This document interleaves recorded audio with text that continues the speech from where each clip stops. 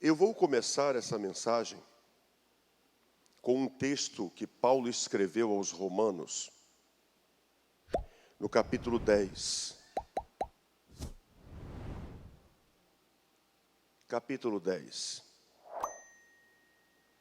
Versículo 13 e 14. 13, 14 e 15. E vou ler esse texto aqui como uma chamada de Deus à nossa responsabilidade. Vejam vocês que quando Jesus chamou os discípulos, Ele chamou e delimitou o alvo. Jesus disse o que era para fazer. Quando Jesus chamou Pedro, disse: "Vinde após mim." Vinde após mim, Pedro, e eu vou fazer de você um pescador de homens. Esse é o objetivo. Ele foi chamando os outros e dizendo: eu vos dou poder. E esse poder é para quê, irmãos? Não é para rodar. Não é para dar salto mortal e ficar fazendo tremelique na igreja, não. Eu vos dou poder. Ele disse: em meu nome. Esse é o nome. Esse é o nome que o Brasil precisa ouvir. Esse é o nome que te tira da depressão.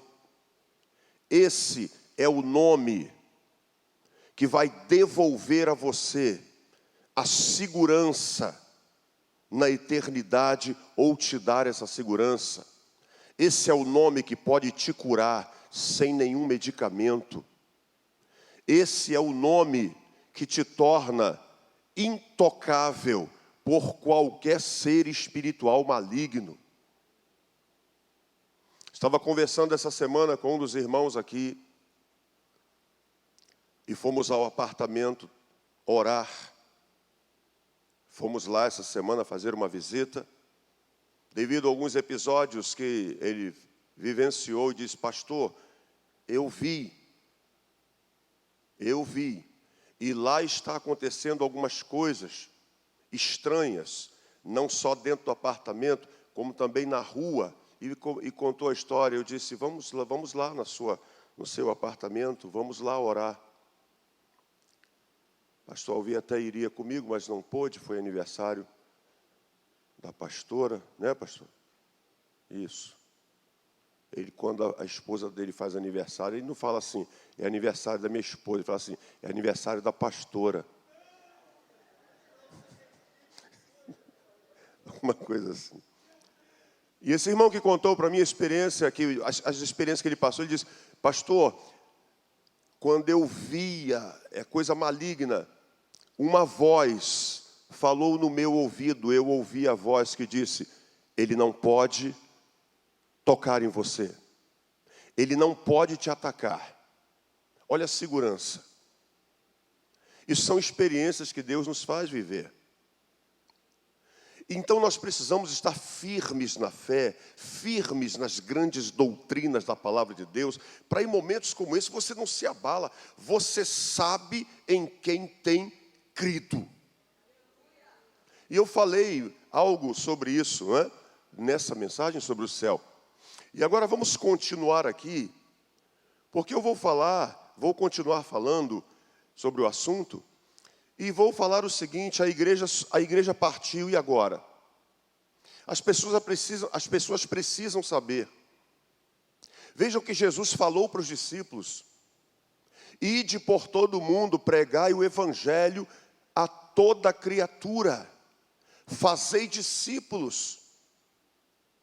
Quem crer, Deus quer que as pessoas creiam, mas é preciso falar para elas a verdade. Ele diz: quem crer no que eu estou mandando vocês pregar para elas, quem crer será salvo. Mas quem não crer será condenado. É isso que está escrito. Então, baseado no texto de Paulo, agora introdutório, ele diz assim: Porque todo aquele, qualquer um, todo aquele, não é Deus, escolhi você. Irmãos, nós temos muita teologia dentro da Bíblia, mas a teologia em si, teoria, não vai levar ninguém para o céu, nem vai fazer você enfrentar as hostes espirituais da maldade.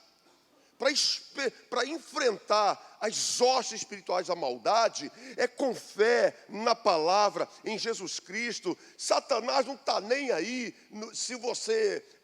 Aí a gente é repetitivo, né? Posso pegar vários temas aqui para falar, mas Satanás não está nem aí, está se lixando se você crê que perde a salvação, se não crê, se você briga por isso. Enquanto você está brigando por isso, tem gente metendo bala na cabeça, se suicidando, cara.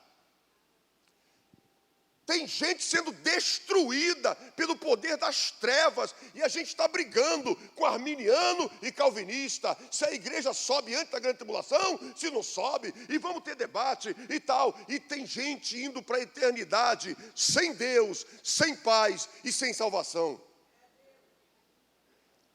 A coisa é mais séria do que pensamos. Muitas vezes, essa semana passada mesmo, eu estava dando uma aula sobre as duas naturezas de Cristo, e falava sobre um termo grego chamado kenosis. Kenosis ocorre lá em Filipenses 2, 6 e 7. Kenosis, em grego, é do verbo kenoo, esvaziar. Cristo se esvaziou da sua glória. Kenosis, ele tirou, ele abriu mão de usar a sua divindade para resistir à cruz.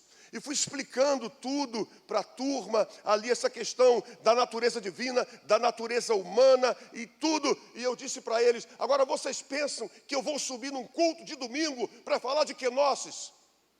E ficar abordando textos teológicos? Vocês estão numa sala de seminário, precisam saber disso, porque vocês vão encontrar pessoas que vão tentar rebater a divindade de Cristo, vão tentar rebater a humanidade dele. Quem nunca ouviu pessoas falarem assim? Jesus não sofreu nada, ele era Deus. Então ele teve condições de suportar a cruz, ele não sofreu, ele não teve dor, coisa nenhuma, ele era Deus. Você já ouviu alguém falar isso? Levante a mão. Aí por isso você tem que saber o que é kenosis.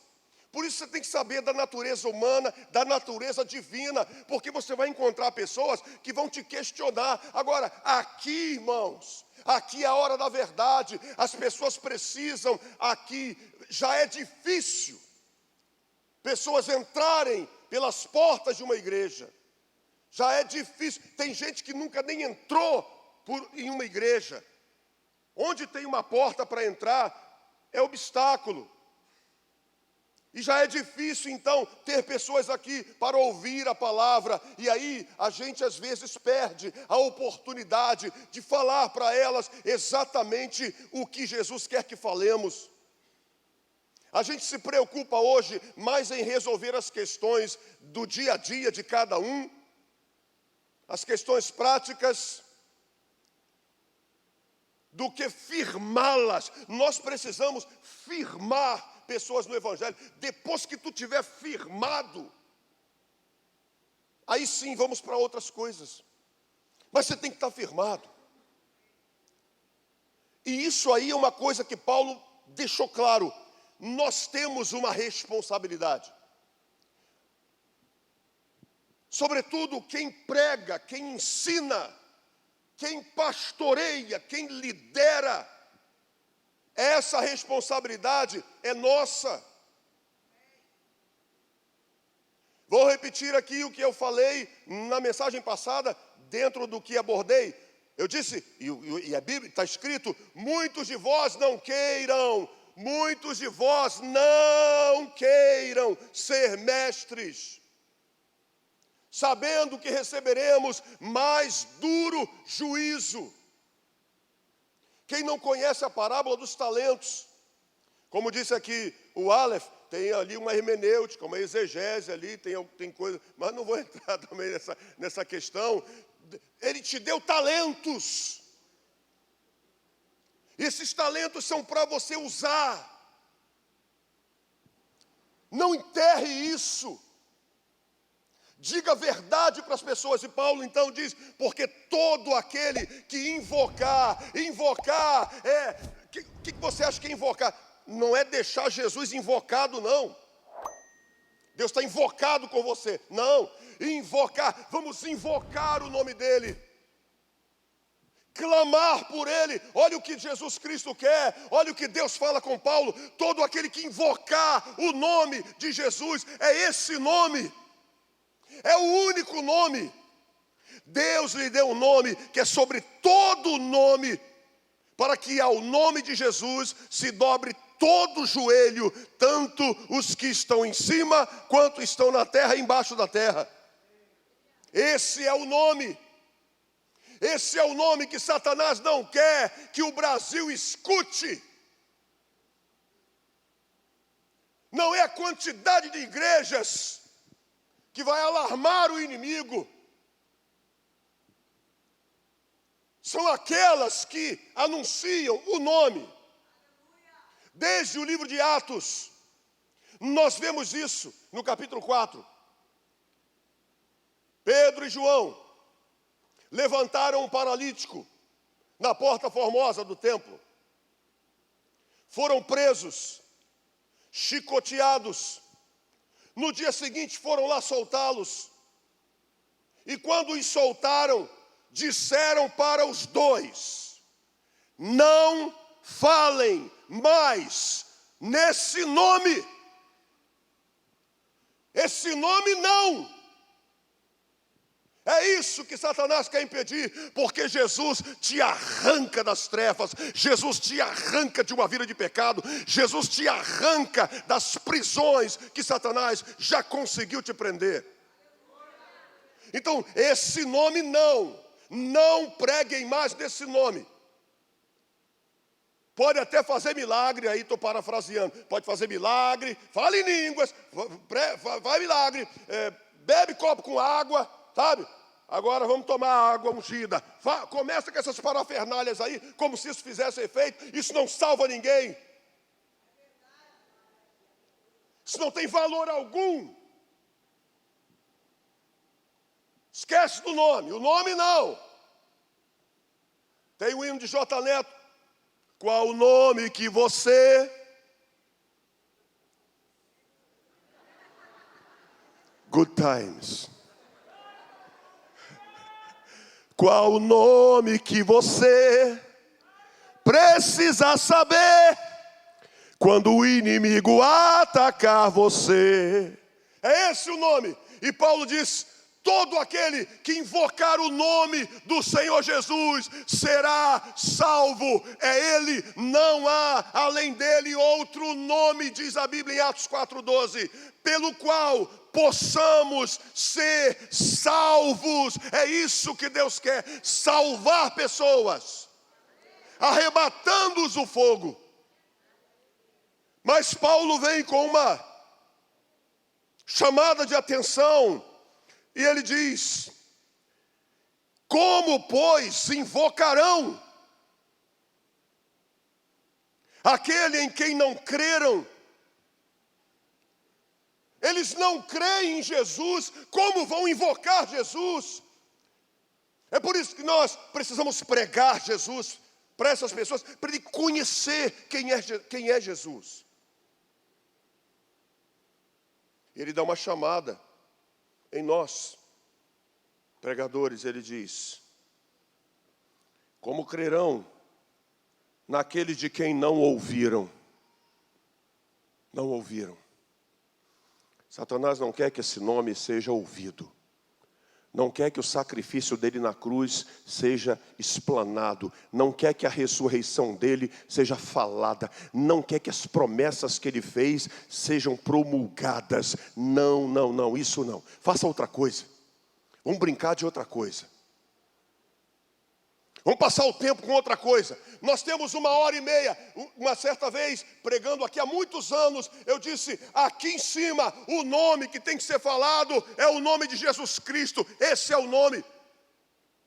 Porque há pessoas que ao pregar, desculpa, eu não gosto de citar isso, mas só para que você saiba, porque eu repreendo agora, Exu Caveira, Tranca-Rua. O cara sabe mais nome de demônio do paganismo do que fala o nome de Jesus Cristo. Aqui em cima é o nome dele, aqui em cima não tem lugar para império das trevas. Demônio é demônio, não importa o nome que deram a ele, se manifestar, vai sair em nome de Jesus Cristo, o leão da tribo de Judá.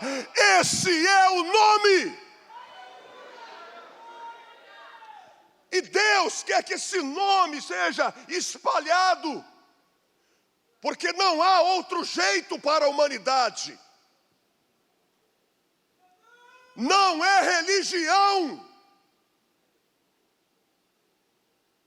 Religião não salva ninguém. Não é denominação. É Jesus Cristo. Quando Jesus entra na história de alguém, a história da pessoa muda. Ele mudou a história de Zaqueu, mudou a história de Nicodemos, mudou a história de Paulo no caminho de Damasco, mudou a história da mulher adúltera, mudou a história da mulher samaritana, mudou a história de Cornélio, mudou a história do ladrão que estava ao lado dele na cruz. Jesus Cristo muda a história da vida de qualquer pessoa, bairro, cidade, estado ou nação. Feliz a nação cujo Deus é o Senhor, mas esse é o nome que tem que ser falado, que tem que ser pronunciado, que tem que ser crido, e a nossa responsabilidade é espalhar o nome de Jesus, quer creiam, quer não.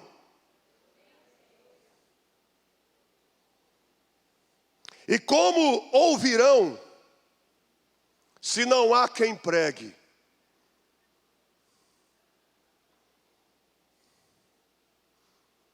Como ouvirão, se não há quem pregue? A Bíblia não é uma prateleira de supermercado, que a gente fica assim, é bom, o que eu vou servir hoje aqui? Eu vou servir assim um bolinho de chocolate com creme de leite. E amanhã, o Senhor disse, já deixou claro aqui, façam discípulos. Façam discípulos. E quando você consegue fazer um discípulo, irmãos, o discípulo vai até as últimas consequências.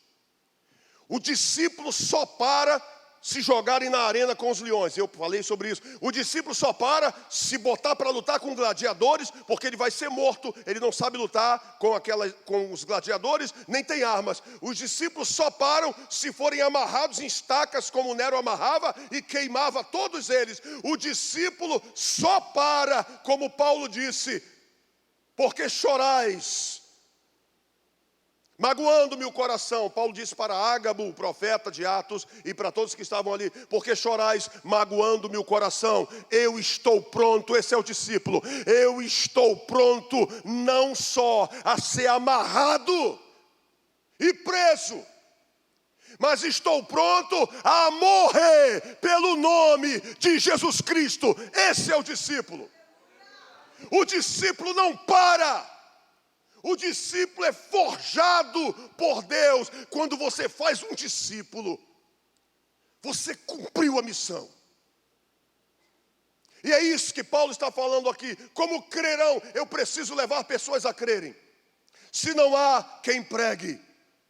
E como pregarão, se não forem enviados? Agora veja, se Deus te deu uma chamada para pregar, ou se Deus te levantou, hoje você é um discípulo, não pense que pregar é só aqui com o microfone na mão. Pregar é onde você estiver. Deus abriu uma porta para você falar do Evangelho, fale do Evangelho. Não prometa nada materialmente às pessoas. Eu já orei por pessoas no antigo gabinete aqui.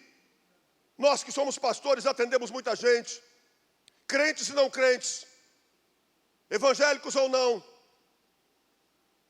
E algumas vezes eu atendi pessoas aqui, familiares ou amigos de evangélicos, Só que essas pessoas nem evangélicos eram. Não tem problema.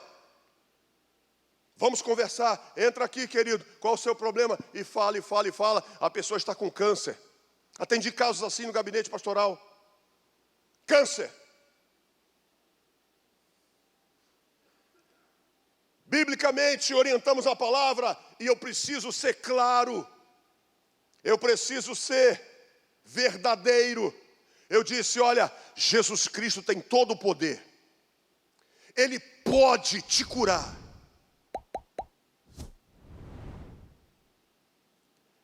Mas você tem que estar preparado. Porque se Ele não te curar, há um lugar na glória para você. Entrega o teu caminho ao Senhor. Eu dizia para essas pessoas, disse para várias delas, eu não sei se Jesus vai te curar, eu vou orar por você, não sei se Ele vai te curar, mas uma coisa eu te digo, entrega hoje teu caminho ao Senhor e confia nele. E o mais Ele fará, deixa nas mãos dEle. Quantas pessoas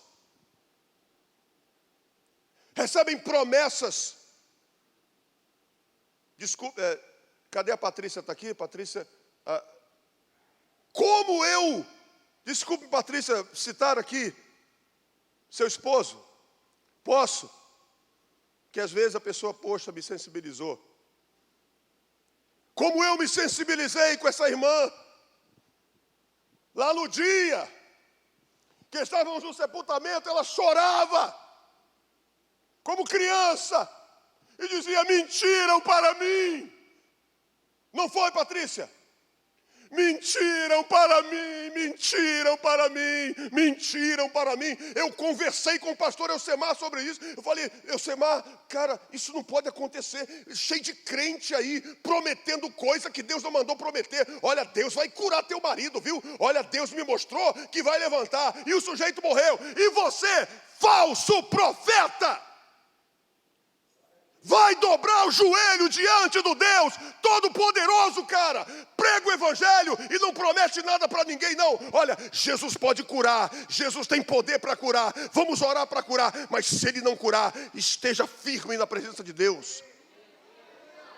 Está cheio de crente aí, prometendo, você está com problema no casamento, Deus vai dar vitória, viu? Deus vai trazer de volta, Deus vai restaurar, e nada acontece de restauração, e aí, mentiram para a pessoa, mentiram. Você prometeu coisa que não iria acontecer. Ele pode fazer? Pode.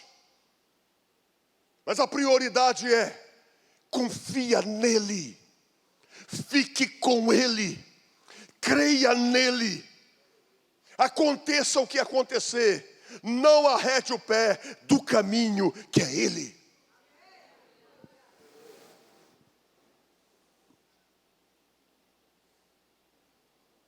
Como ouvirão se não há quem pregue, e como pregarão se não forem enviados?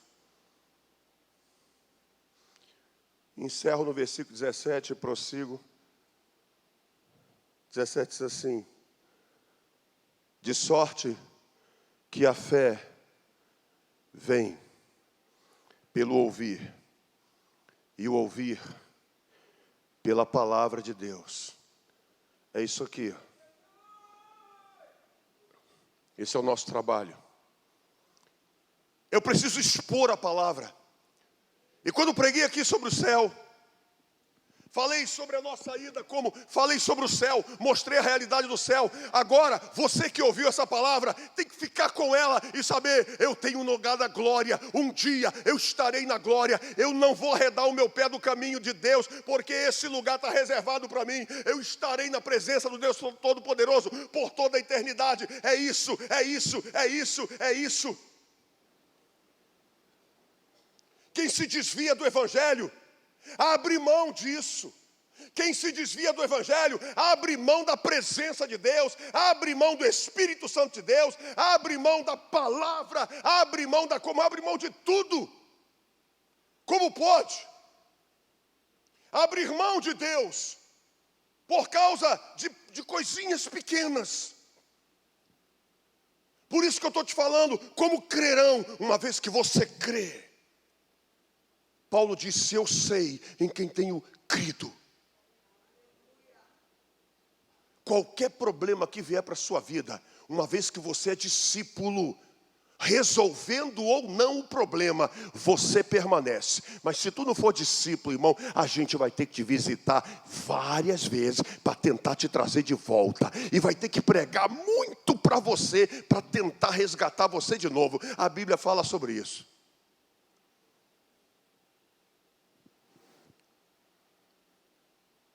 E essa fé que nós temos que ter arraigada em Jesus, ele disse: eu voltarei,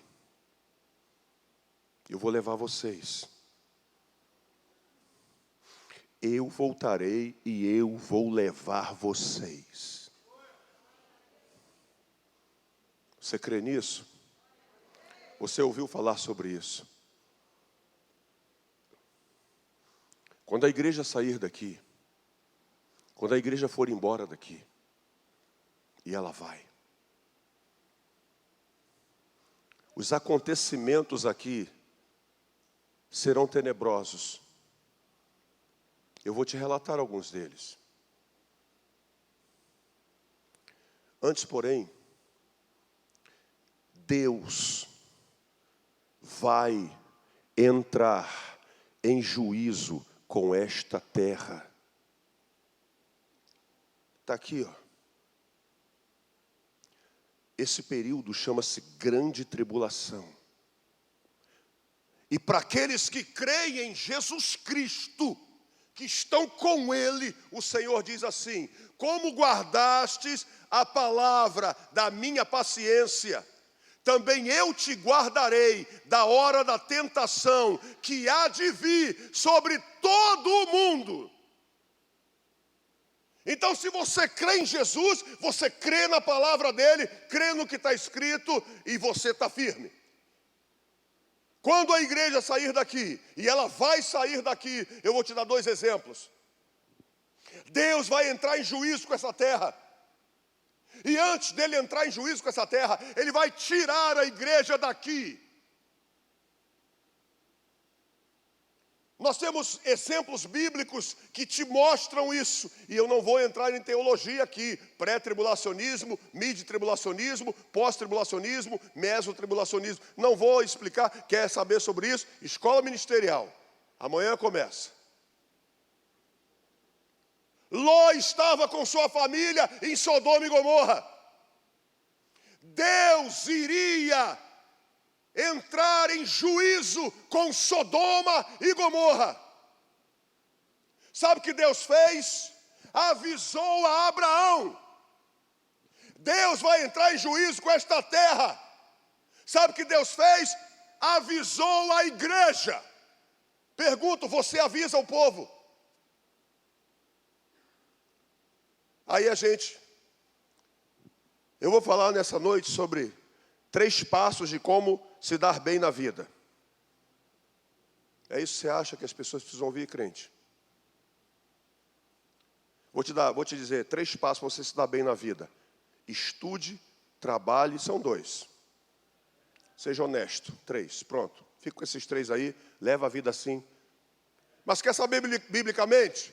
Quer se dar bem na vida? Quer se dar bem na vida? Não é passo não, está escrito aqui: bem-aventurado o homem, quer se dar bem na vida com Deus? Bem-aventurado o homem, que não anda segundo o conselho dos ímpios, nem se detém no caminho dos pecadores, nem se assenta na roda dos escarnecedores. Antes tem o seu prazer na lei do Senhor, e na sua lei medita dia e noite, pois será como árvore plantada junto a ribeiros de águas, que dá o seu fruto na estação certa, cujas folhagens não caem, e tudo quanto fizer prosperará. Quer se dar bem? É isso aí.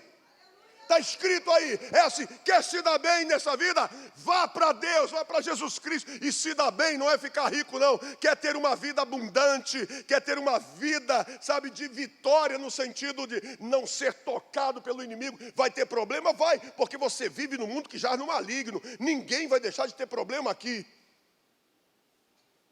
Mas quando você está com Deus, a sua vida será diferente da vida de muitas outras pessoas que não o têm.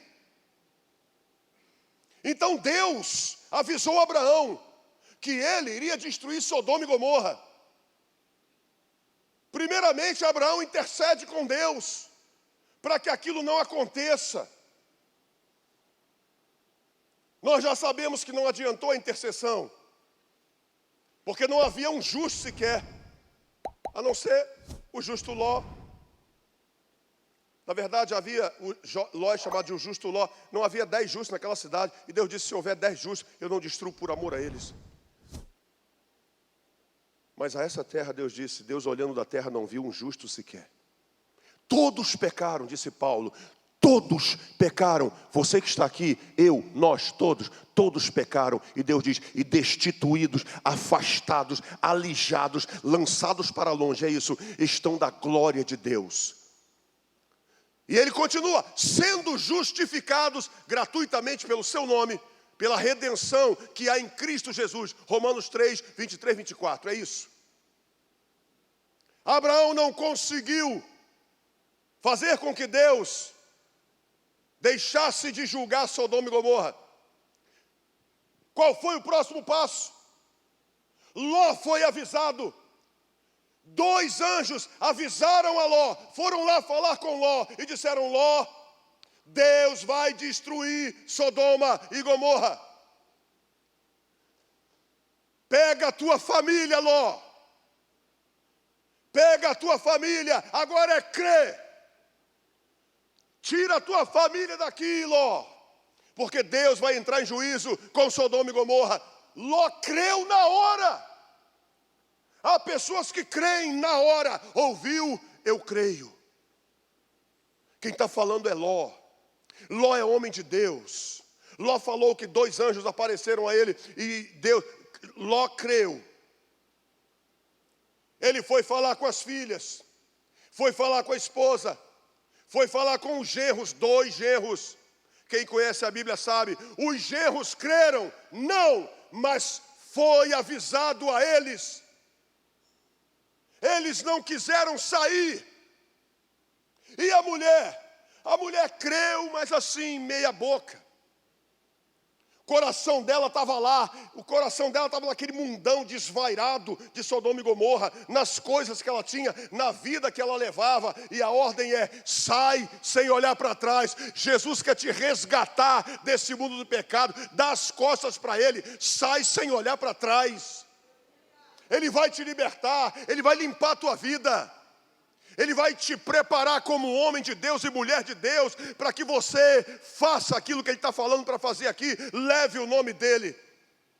E Deus entrou em juízo com Sodoma e Gomorra, mas antes de Deus destruir Sodoma e Gomorra, Ele tirou Ló e as 2 filhas de lá. A esposa ficou porque olhou para trás, e os 2 genros morreram lá dentro porque não quiseram crer. Noé foi outro exemplo. Noé construiu uma arca, ele creu que Deus iria mandar um dilúvio, Deus iria entrar em juízo com a geração do dilúvio. Noé creu e construiu a arca. A família dele creu também e todos entraram na arca. Só quando todos estavam seguros na arca, só quando todos haviam saído de Sodoma e Gomorra, é que Deus enviou fogo e enxofre. Só quando todos estavam seguros na arca é que as fontes do grande abismo se abriram, que as janelas e comportas do céu se abriram e o dilúvio começou. Quem estava na arca se salvou. Essa arca simboliza Cristo no Novo Testamento. Quem saiu de Sodoma e Gomorra se salvou. E Deus vai entrar em juízo com esta terra.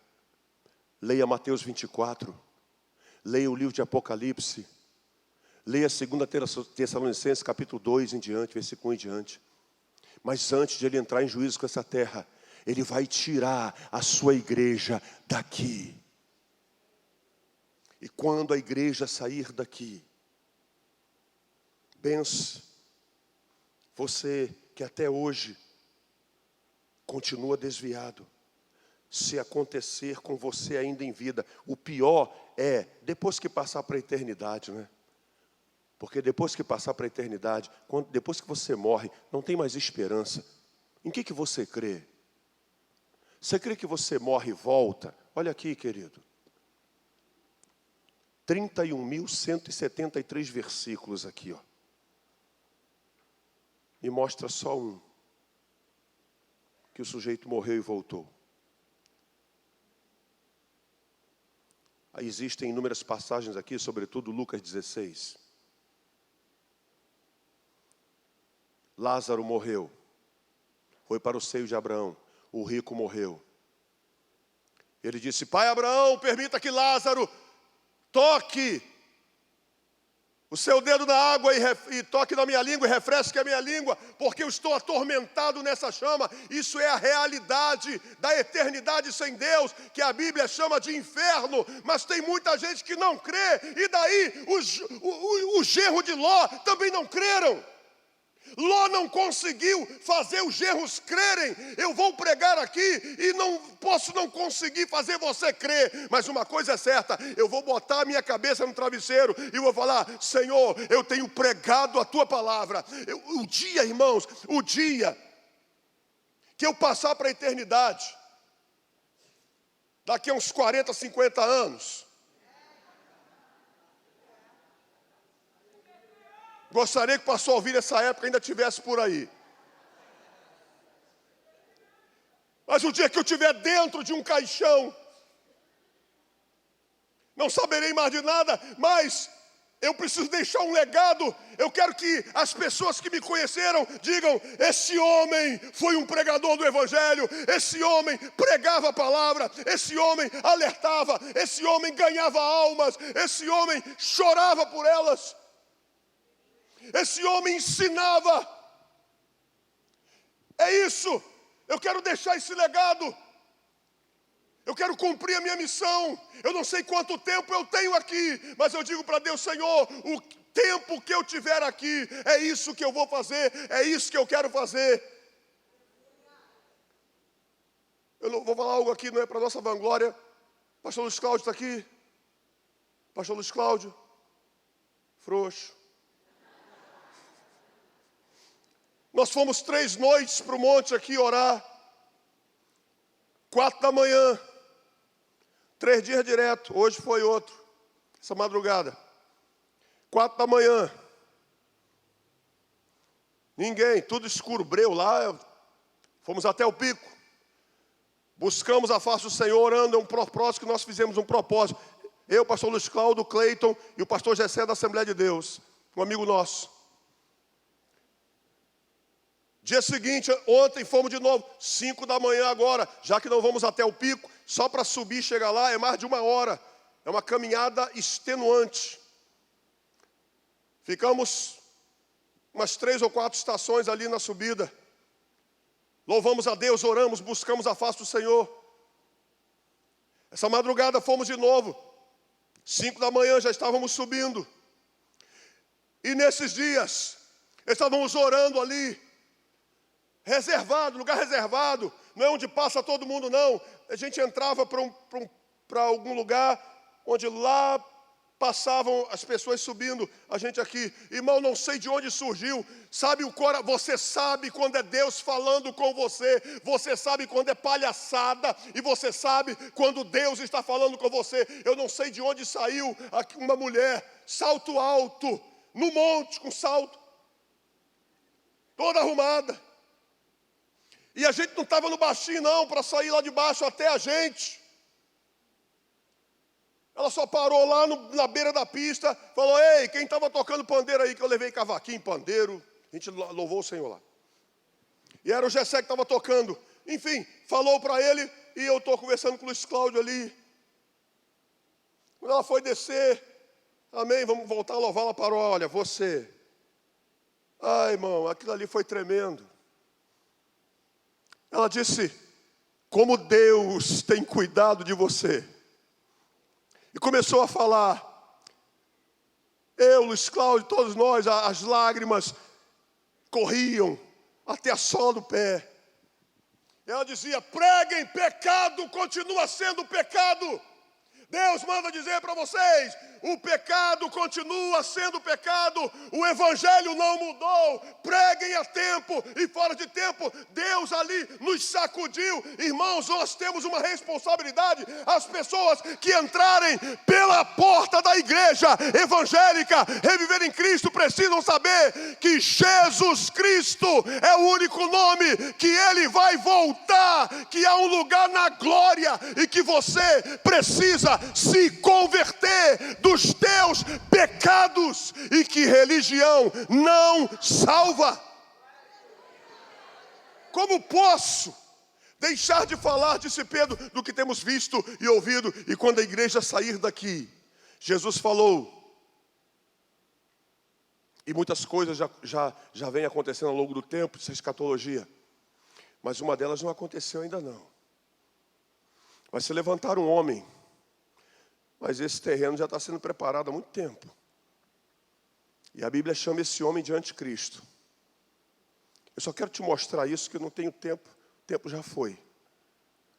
Que vai acontecer aqui. Eu quero que projete aqui, 2 Tessalonicenses, capítulo 2, versículo 3 em diante. Eu vou encerrar aqui. Projeta aí.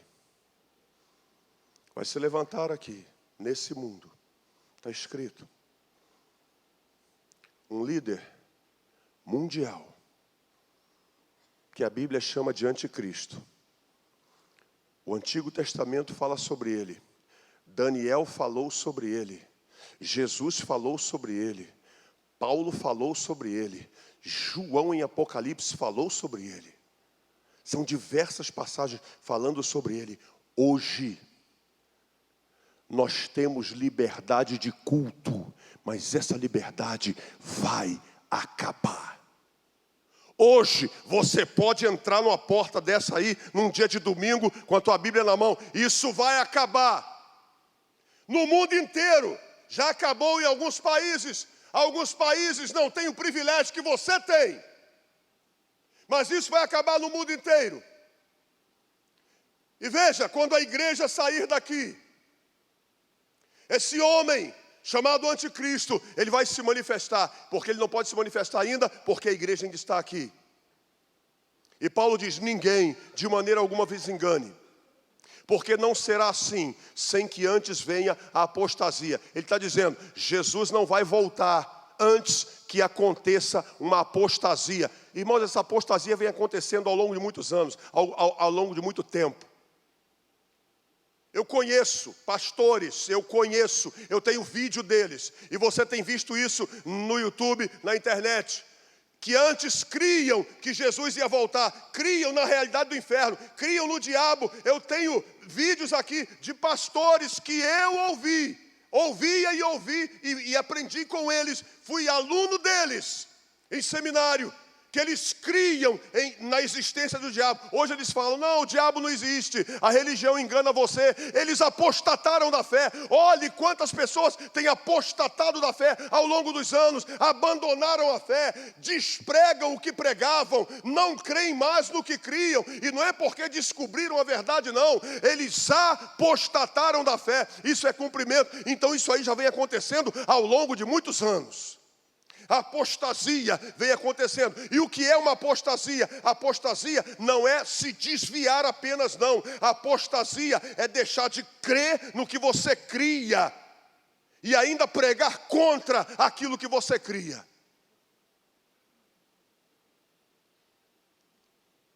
E ele diz, e se manifeste o homem do pecado, o filho da perdição. Esse cara é o anticristo.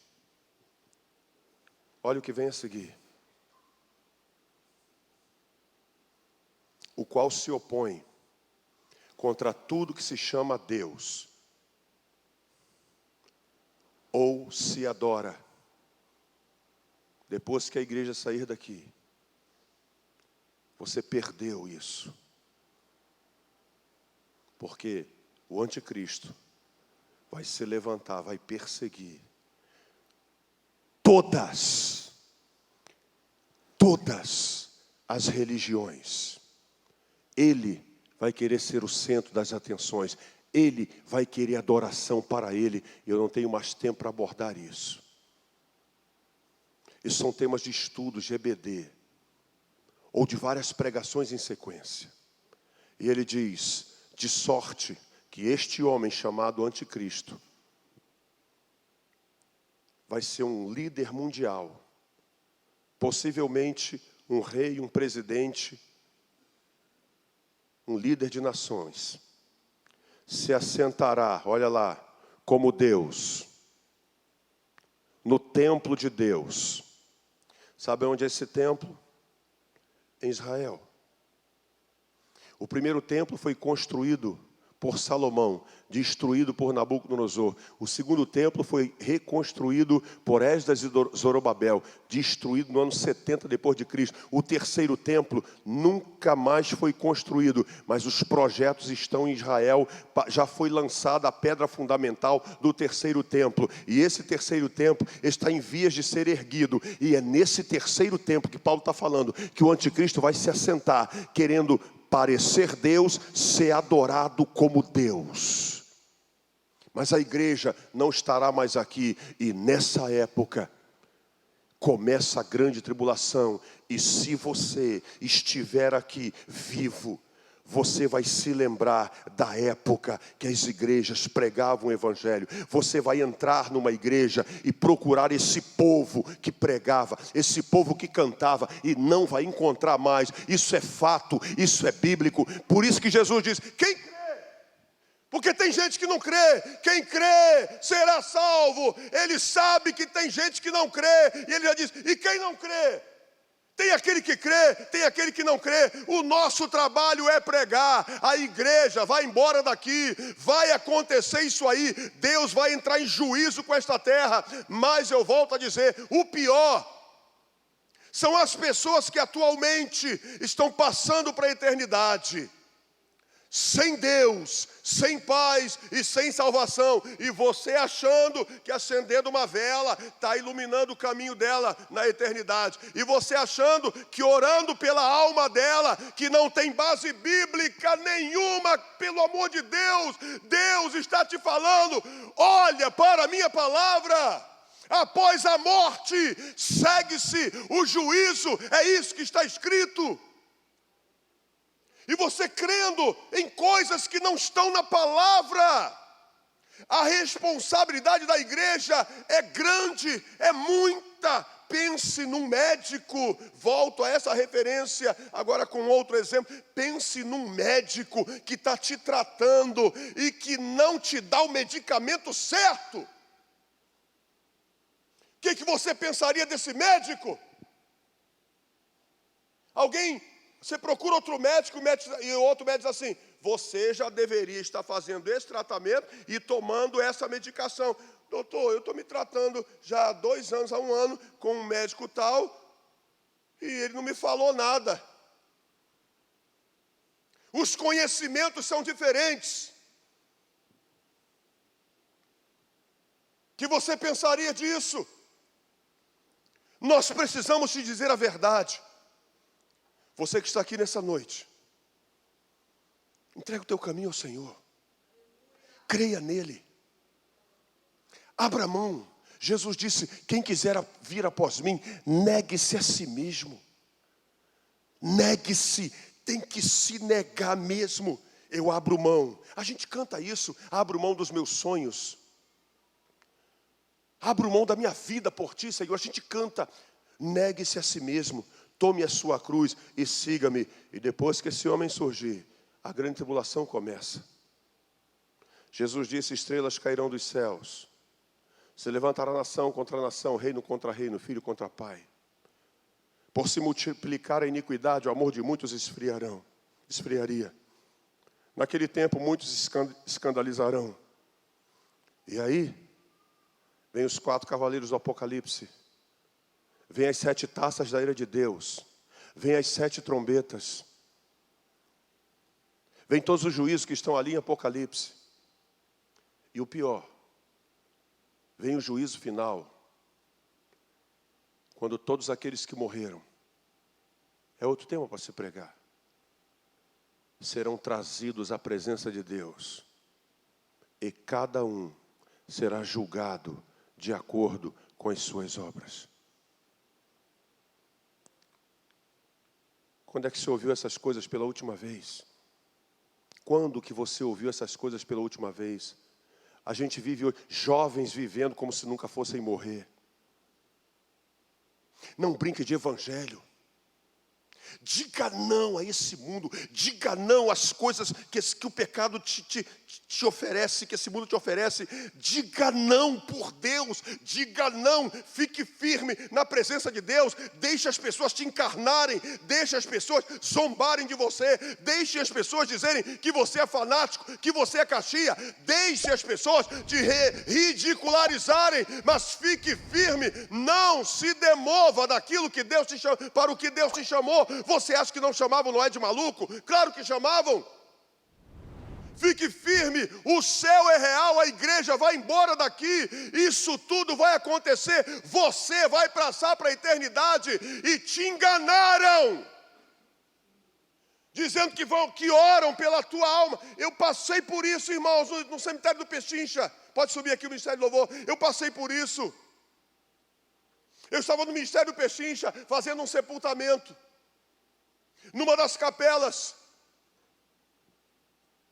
Quando lá fora tem vários lugares para colocar esquifes, estava chegando mais um caixão, e umas 6 ou 7 pessoas se rodearam daquele caixão, e eu estou aqui terminando a cerimônia fúnebre que comecei na capela. Vamos orar, oramos. Eu disse, agora vamos nos ausentar para que a família possa ter aqui seus últimos momentos. Quando eu saí da capela, naquela mesa lá fora, saiu uma jovem que estava naquele caixão chorando. Ela me viu saindo, Bíblia na mão, ela veio e disse, o senhor é pastor? Eu disse, sim, eu sou.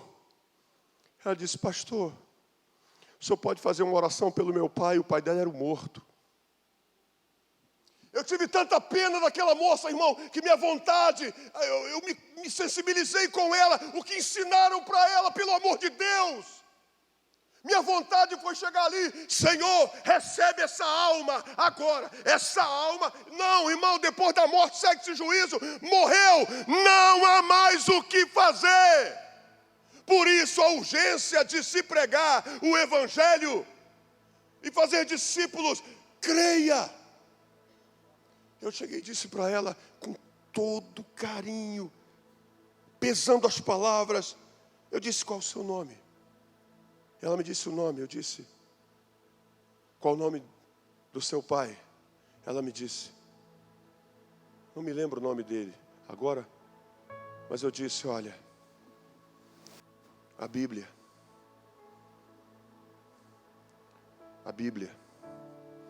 não dá margem para que eu faça o que você quer. E eu não posso fazer isso. Mas eu vou te explicar por quê. Com todo carinho, falando assim, nesse tom de voz. E ela me ouvia. Eu vou te explicar por quê. Aí comecei a explicar a ela. E sabe o que eu disse para ela? Eu disse assim, acho que o nome do pai dela era João. Eu falei assim, se o seu João, seu pai, ele cria em Jesus Cristo, não se preocupe. Ali só está o corpo, que vai voltar ao pó, porque a alma dele já está nos braços de Deus. Eu posso orar sim por você e pela sua família. Você quer que eu ore por você e pela sua família? Ela, eu quero, pastor. Então vamos lá. E fui em direção àquele caixão, a família estava lá. E expliquei a mesma coisa para eles. É a nossa responsabilidade. Falar a verdade é difícil, mas é preciso falar. Quando Daniel chegou na corte de Belsazar, em capítulo 5 do livro de Daniel, para interpretar a escritura na parede, Daniel certamente sentiu a responsabilidade de falar o que estava ali para o rei. Daniel entendeu o que estava ali. Ele sabia, é isso que Deus quer que eu fale para esse cara aí, que está fazendo besteira agora, trazendo os vasos do templo para cá e fazendo uma orgia sexual e bebedeira, porque isso estava acontecendo lá. E lá estava escrito: Mene mene tekel peres ufarsim. Daniel chegou: ó rei Belsazar, vive para sempre. O Deus Todo-Poderoso que levantou teu pai Nabucodonosor e que o constituiu sobre reinos e nações. E aí Daniel foi falando: mas teu pai não deu ouvidos ao Deus dos céus. E foi falando: e tu, Belsazar, fizeste da mesma forma. Ali está escrito: pesado fostes na balança, dividido o teu reino e dado aos medos e persas, porque tu fostes achado em falta. Daniel teve que dizer a verdade. Mas se Daniel não fosse profeta de Deus, ou fosse aquele que quer agradar todo mundo, como é que eu vou dizer isso para o rei? Não, se eu disser isso para o rei, eu sou terceiro dominador, eu sou aqui alguém importante no reino, ele vai cortar meu cargo. Daniel não estava preocupado com cargo não, estava preocupado em dizer a verdade. E ele disse tudo para o rei, mas ele poderia pensar e dizer assim: fica tranquilo, rei, Deus te ama, está escrito ali que Deus te ama, tem uma grande obra na tua vida, e que Deus vai te dar muitas vitórias ainda, viu? Não, não é isso que está escrito, está ali, ó. Por isso que eu tenho que te dizer: quem crê será salvo, quem não crê será condenado. Eu não vou vir mais nessa igreja, e aí, vou perder meu sono. Não, vou dormir melhor ainda, porque eu te disse a verdade. Eu vou ser aplaudido por Deus, qualquer um vai ser aplaudido por Deus, porque você disse a verdade. Não vá para uma igreja que queira te agradar.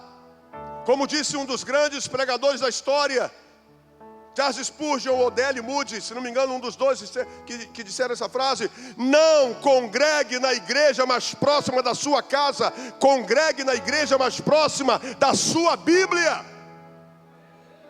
Se você está numa igreja que não tem Bíblia, sai dela.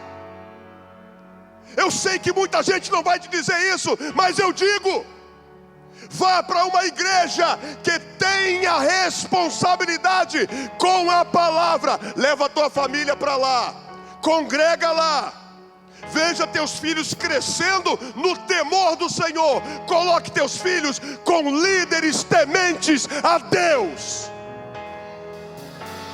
porque a salvação da tua família depende desta palavra. Não se iluda com pregações floridas. Não se iluda com pregações que queiram massagear o teu ego. Prefira as pregações que vão te confrontar, que vão te pegar pelo colarinho e vão te dizer: acorda, rapaz, acorda, rapaz. Você está pensando que isso é brincadeira, cara? Quando o rico morreu, ele disse para Abraão, Lucas 16: pai Abraão, permita que Lázaro volte e pregue para os meus irmãos, porque eu tenho 5. Abraão disse, Lucas 16: lá onde? Lá na terra, eles têm Moisés e os profetas. Ele disse, isso é uma metonímia na língua portuguesa. Lá eles têm os escritos de Moisés e os escritos dos profetas. Se não creem no que está escrito, tampouco crerão que o morto volte à vida. E não foi permitido, você que crê na reencarnação, não foi permitido que Lázaro voltasse. Porque a Bíblia diz que após a morte, segue-se o juízo. Agora cabe a você crer ou não, e fazer parte da igreja que um dia estará na glória de Deus. Fique de pé.